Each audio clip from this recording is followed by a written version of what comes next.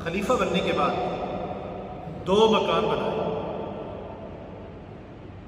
سارے لوگ پوچھنے لگے کہ اتنے خوبصورت کی چھوٹے چھوٹے مکان، اس وقت کی خوبصورتی کیا ہو سکتی ہے؟ آج کی خوبصورتی دیکھ لیجیے۔ اس وقت کے اعتبار سے وہ چھوٹے چھوٹے بڑے خوبصورت مکان جو مدینہ منورہ میں الحامہ نامی بستی میں موجود آج بھی ہیں، بنوائے۔ تمام صحابہ کرام پوچھنے لگے یہ مکانات کس کے ہو سکتے ہیں؟ جب وہ مکانات بن گئے تو حضرت عثمان غنی نے حضرت علی سے کہا آپ اپنے بیٹوں کی شادیاں کیوں نہیں کرتے؟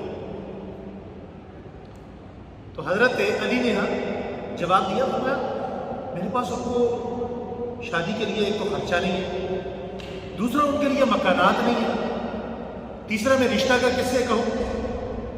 فرمایا آپ اپنے بچوں سے رشتوں کا پوچھ لیں، یہ جو 2 خوبصورت مکان حامہ نامی بستی میں بنے ہیں یہ میں نے بنوائے ہیں، ان میں سے ایک مکان حسن کا ہے، دوسرا حسین کا ہے۔ اگلی لطف کی بات سنیے، حضرت حسن سے پوچھا گیا، حضرت علی نے پوچھا آپ کی شادی کر دیں؟ نواسے رسول تھے، شرم کے بارے سر جھکا دیا۔ تو حضرت علی رضی اللہ تعالیٰ نے حضرت عبد الرحمن بن عوف سے کہا کہ میرے بیٹے سے آپ پوچھیں کیا ان کا نکاح کر دیں؟ حضرت حسن سے پوچھا کہ بیٹا مجھے آپ کے بابا نے آپ کے پاس بھیجا ہے، کیا آپ کا نکاح کر دیا جائے؟ فرمایا نکاح کیا جائے، لیکن نکاح ہم سے پوچھ کے کیا جائے۔ کہا جی آپ کا نکاح کس کے گھر میں کیا جائے؟ کہا جی امیر المومنین حضرت عثمان کے گھر میں کیا جائے۔ یہ محبت ہے یا نفرت ہے؟ ایسی محبت آپ کو کہیں نہیں ملے گی۔ بات اسی پر بس ہوتی، پھر بھی تاریخ کے جو گندے اور آگ ہیں ان کو ہم کہیں مان لیتے ہیں۔ حضرت عثمان غنی کے 2 بیٹے، ایک کا نام عمرو بن عثمان ہے، دوسرے کا نام عبداللہ بن عثمان ہے۔ اب یہ دیکھیے عجیب بات، ان کے جو 2 بیٹے ہیں حضرت عثمان غنی کے 2 پوتے، عمروں کے 2 بیٹے، ایک کا نام زید، ایک کا نام عبداللہ۔ اب ان کے پوتوں کے گھر میں، حضرت عثمان غنی کے پوتوں کے گھر میں جو بچیاں آ رہی ہیں وہ کس کی ہیں؟ حضرت حسین کی 2 بیٹیاں۔ مرحبا۔ حضرت حسین کی 2 بیٹیاں ہیں، ایک کا نام سکینہ ہے، سکینہ کا نام اکثر آپ نے سنا ہوگا، ایک کا نام فاطمہ ہے۔ حضرت حسین کی یہ جو بیٹی سکینہ ہے ان کا پہلا نکاح زبیر بن مسعد کے ساتھ ہوا۔ جب وہ فوت ہو گئے یا شہید ہو گئے تو ان کا دوسرا نکاح کس سے ہوا؟ حضرت عثمان غنی رضی اللہ تعالیٰ عنہ کے پوتے زید بن عمرو بن عثمان غنی کے ساتھ۔ بیٹی کس کی ہے؟ بات سمجھ آ رہی ہے؟ حضرت حسین رضی اللہ تعالیٰ عنہ کی کس کے نکاح میں آ رہی ہے؟ حضرت عثمان غنی کے پوتے کے نکاح میں آ رہی ہے۔ دوسرے میں پوتے کا نام کیا ہے؟ عبداللہ بن عمرو بن عثمان غنی۔ عبداللہ بن عمرو بن عثمان غنی، ان کے نکاح میں کون آیا؟ حضرت حسین کی دوسری بیٹی فاطمہ بنت حسین بن علی۔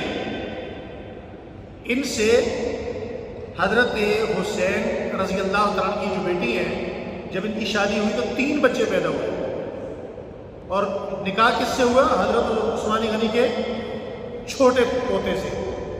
ایک بچہ جو پیدا ہوا پہلا، اس کا نام کیا رکھا گیا؟ اصغر۔ دوسرے کا نام کیا رکھا گیا؟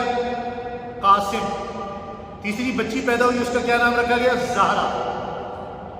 یہ تمام محبت کے رشتے ہیں۔ پتہ یہ چلا کہ اہل بیت صحابہ سے جدا، جی بھائی بولیے، اہل بیت صحابہ سے جدا اور صحابہ اکرام اہل بیت سے جدا نہیں ہے۔ اس سے اگلی لطف کی بات آپ کو بتاؤں، حضرت عثمان غنی رضی اللہ تعالیٰ عنہ مدینہ المنورہ میں یا دار اسلام میں یا حضور کے صحابہ میں سب سے زیادہ امیر آدمی تھے، مالدار آدمی تھے، غنی کا لقب آپ کو دیا گیا، اور آپ کتنے امیر تھے اس کی چھوٹی سی ایگزامپل دوں، آپ حیران ہوتے ہیں۔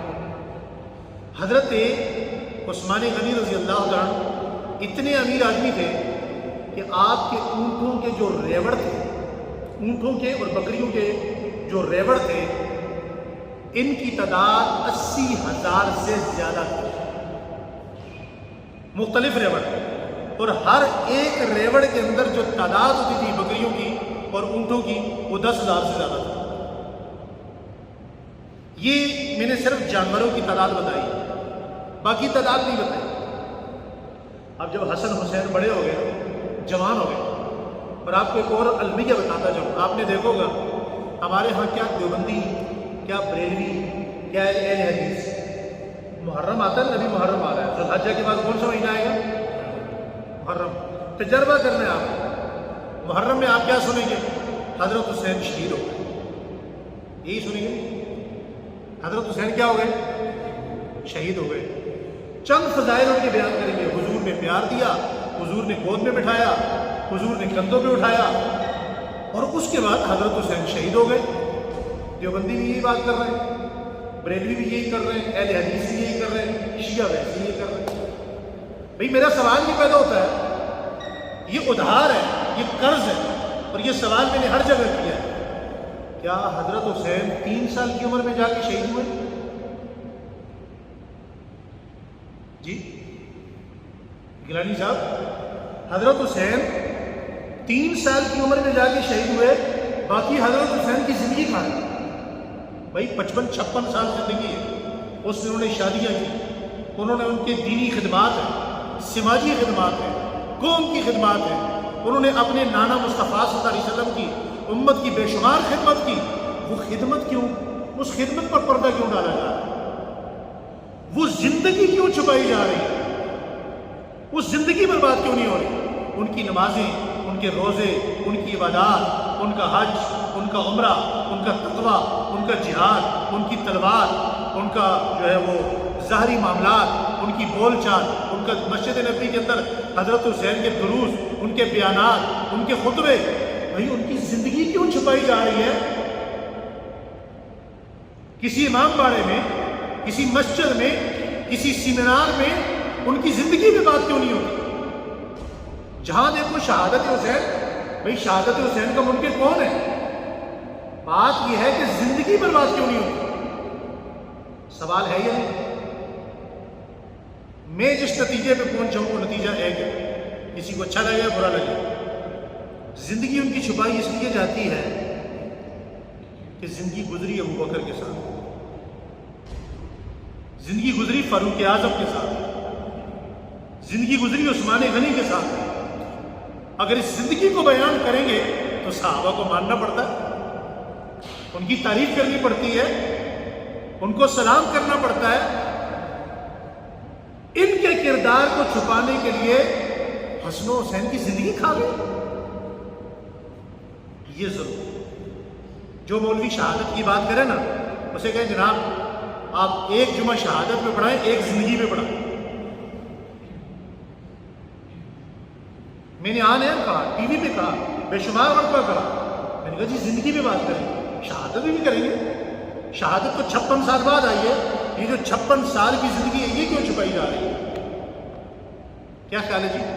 سوال بنتا ہے نہیں بنتا؟ عثمان غنی وہ شخصیت ہے، بات میں کر رہا تھا کہ دنیا کے سب سے امیر ترین آدمی،